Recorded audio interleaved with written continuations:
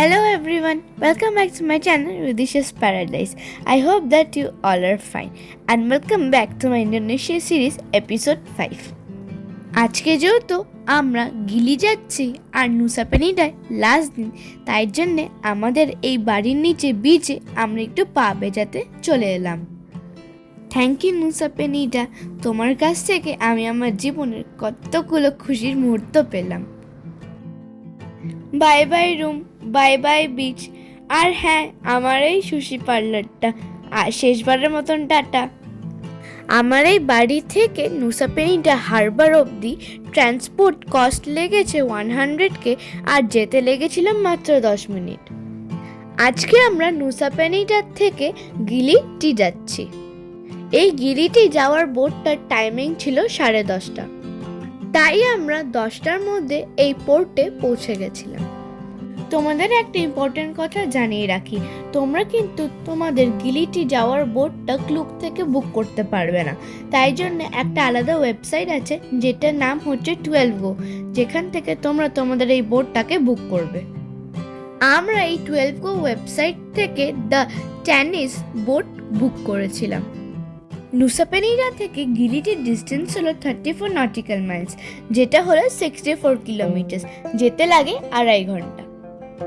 আজকের বোটটা কিন্তু বেশ ভালো ছিল, কারণ এখানে ওরাও আমাদের জলের বোতলও দিয়েছিল, তার সাথে সাথে এটা এয়ার কন্ডিশনার বোট ছিল। গিলিতে প্রথমত 3টে আইল্যান্ড আছে, যেটা হলো গিলি টি, গিলি মিনো আর গিলি এর। এই বোটটা একটা স্টপ না 3টে স্টপে ছাড়ে, প্রথমে গিলি টি, তারপর গিলি মেনো, তারপর গিলি এর। বোটটা কিন্তু বেশ জোরে যাচ্ছিল, আমরা সাইড দিয়ে জলের ঝাপটাও দেখতে পাচ্ছিলাম। যদি এটা এয়ার কন্ডিশনার বোট না হতো, হয়তো আমরা এতক্ষণে পুরো ভিজে চান করে যেতাম। ওই পাশে যে আইল্যান্ডটা তোমরা দেখছো, ওটা হচ্ছে গিলি মিনো, আর তারপরে হচ্ছে গিলি এর। গিলিতে ঢোকার জন্য কিন্তু তোমাদের একটা এন্ট্রি ট্যাক্স দিতে হবে, যেটা হলো 20K পার পারসন, আর অনলি 2 ইয়ার্স অবধি বাচ্চারাদের ট্যাক্সটা ফ্রি। গিলি হলো একটা টোটাল পলিউশন ফ্রি আইল্যান্ড।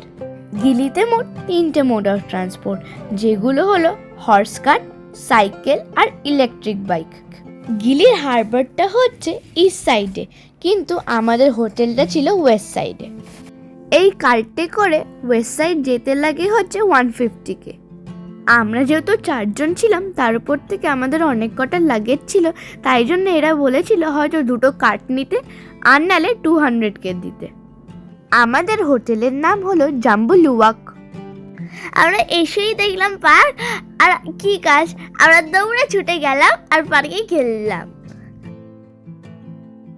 আর এরপরেই আমরা সাইকেল রেন্ট করতে চলে গেছিলাম। Per day per cycle rent হলো 50K। আমাদের 4টে সাইকেলের জন্য আমাদের 200K দিতে হচ্ছিল। আমাদের হোটেলের চেকিং টাইম হলো 2টো, যেরকম আমরা 12টায় পৌঁছে গেছি, ওই জন্য আমি ভাবলাম যে আমরা লাঞ্চ করে একবারে চেকিং করে নেব।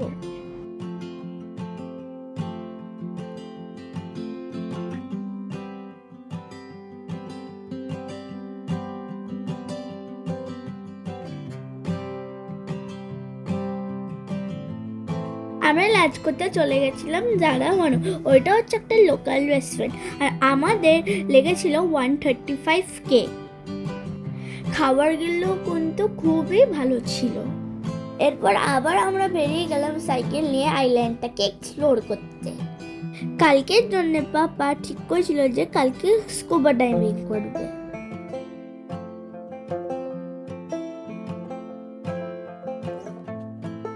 তাই আমরা স্কুবা ডাইভিং ক্লাসে কথা বলতে গেছিলাম, কিন্তু আমরা গিয়ে জানলাম যে 10 ইয়ার্স না হলে ওরা অ্যালাউ করে না, তাই আমরা স্কুবা ডাইভিং এর প্ল্যানটা ক্যান্সেল করে দিলাম।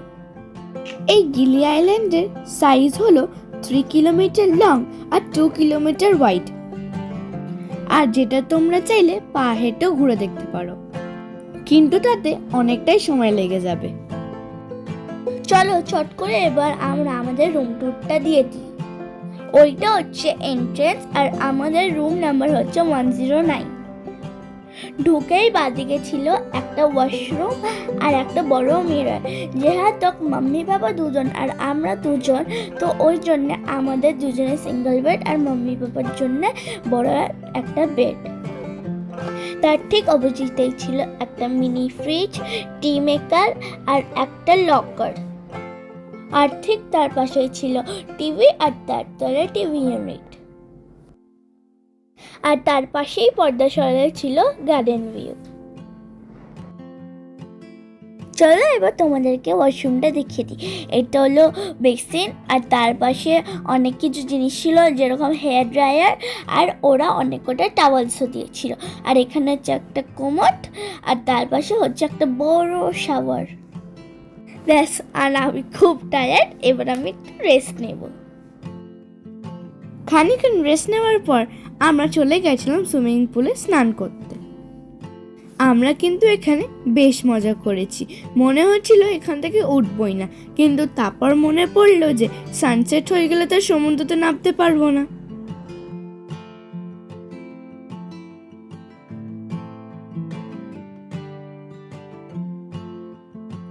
তাই আমরা সুইমিং পুল থেকে উঠে সমুদ্রতে পালিয়ে গেলাম।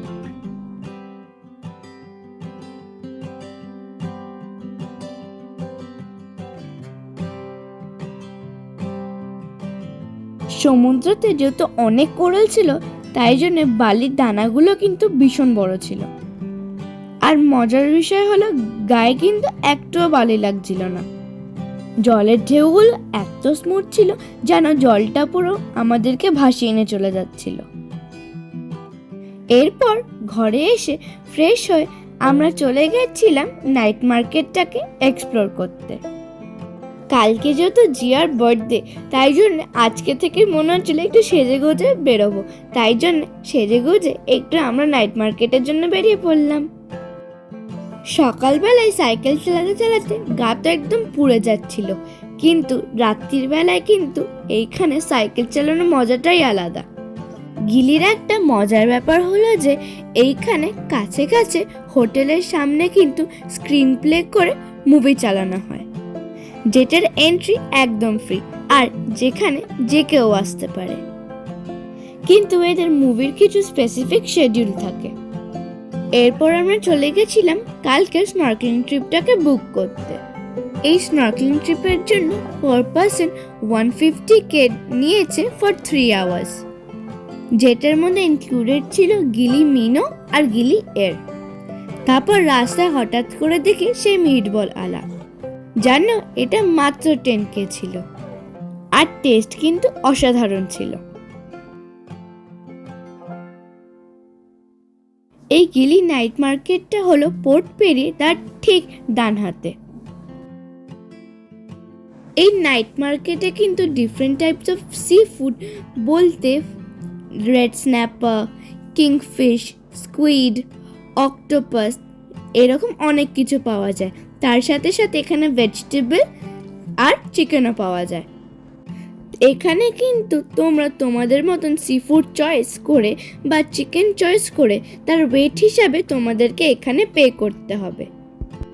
ওরা কিন্তু তুমি যে ফিশ বা চিকেনটাকে চয়েস করেছো ওটাকে তোমাদের সামনে বারবিকিউ করে ওটাকে রাইস বা কিছু ভেজিটেবলস বা নুডলসের সাথে সার্ভ করে দেবে।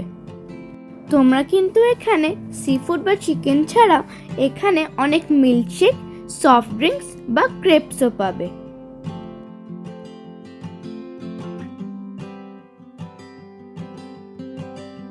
আমরা আজকে এখানে অনেক খেয়েছি, তারপর থেকে খাবারগুলো খেতে অসাধারণ ছিল।